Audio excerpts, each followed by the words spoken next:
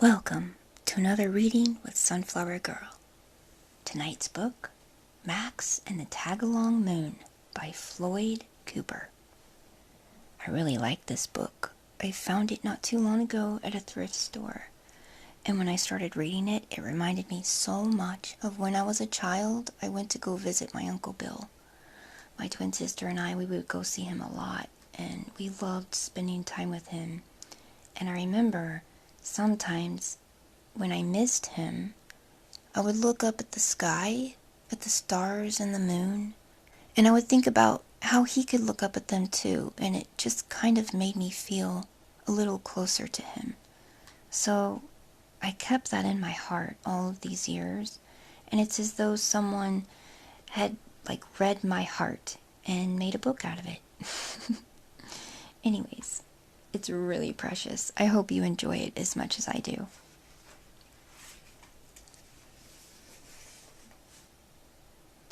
One night, as Max was leaving Grandpa's house, he reached up to give Grandpa a big hug goodbye. In the sky behind Grandpa appeared a big, fine moon. "Look, Grandpa, the moon!" "That old moon will always shine for you, on and on." Grandpa and Max gazed quietly at the big moon together as it embraced them in soft yellow light.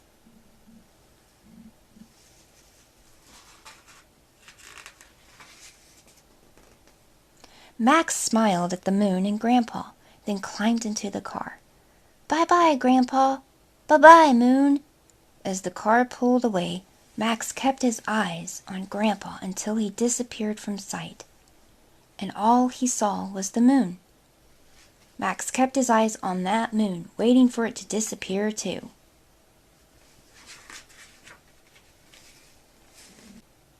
The long ride home was swervy and curvy, this way and that, all the way, and the moon seemed to tag along.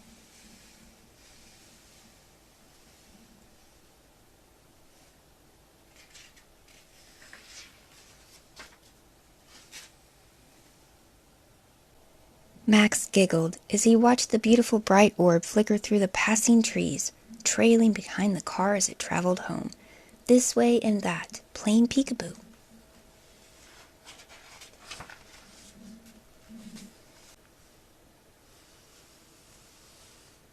Up a hill, down a hill, the moon was ever there. Over a bridge, around a curve, the moon bounced along.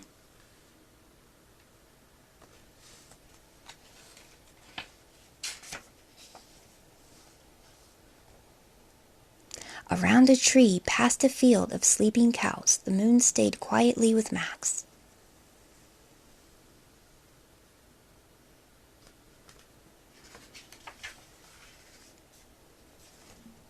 Through a small town with roundabout streets, Max gazed as the moon kept up.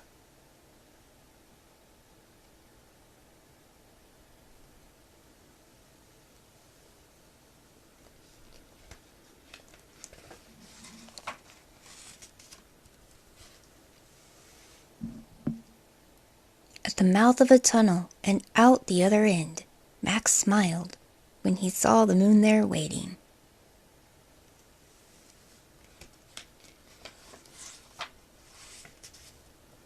Dark clouds tumbled across the night sky. The stars and nightingales all faded away.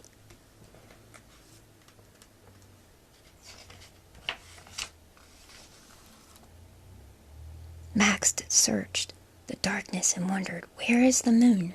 Grandpa said it would always shine for me.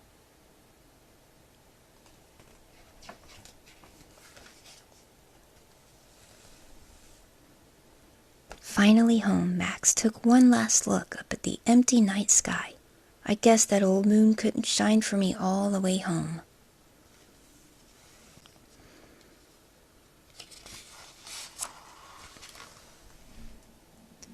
Upstairs in bed, the room was dark. Max felt alone. He missed Grandpa. He missed that tag-along moon.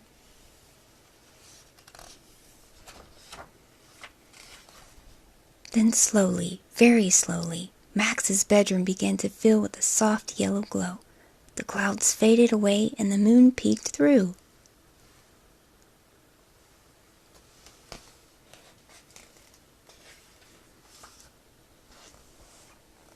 Max gazed up at that magic ball of light and thought about what Grandpa said.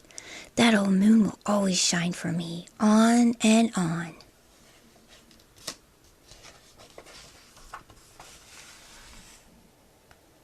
Max knew then that whenever he saw the moon, he would think of Grandpa, on, and he slept soundly, embraced in soft yellow light.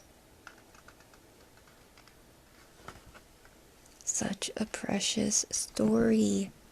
Is there something that reminds you of a loved one when you're separated or when you're not able to be together?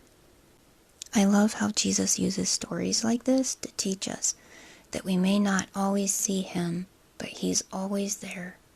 And if we need anything, all we have to do is cry out to Jesus and he will hear us. Draw near to Jesus every day and he'll draw near to you. Thanks for reading this book with me, you guys. I hope you enjoyed it. I'll see you at my next book reading. God bless.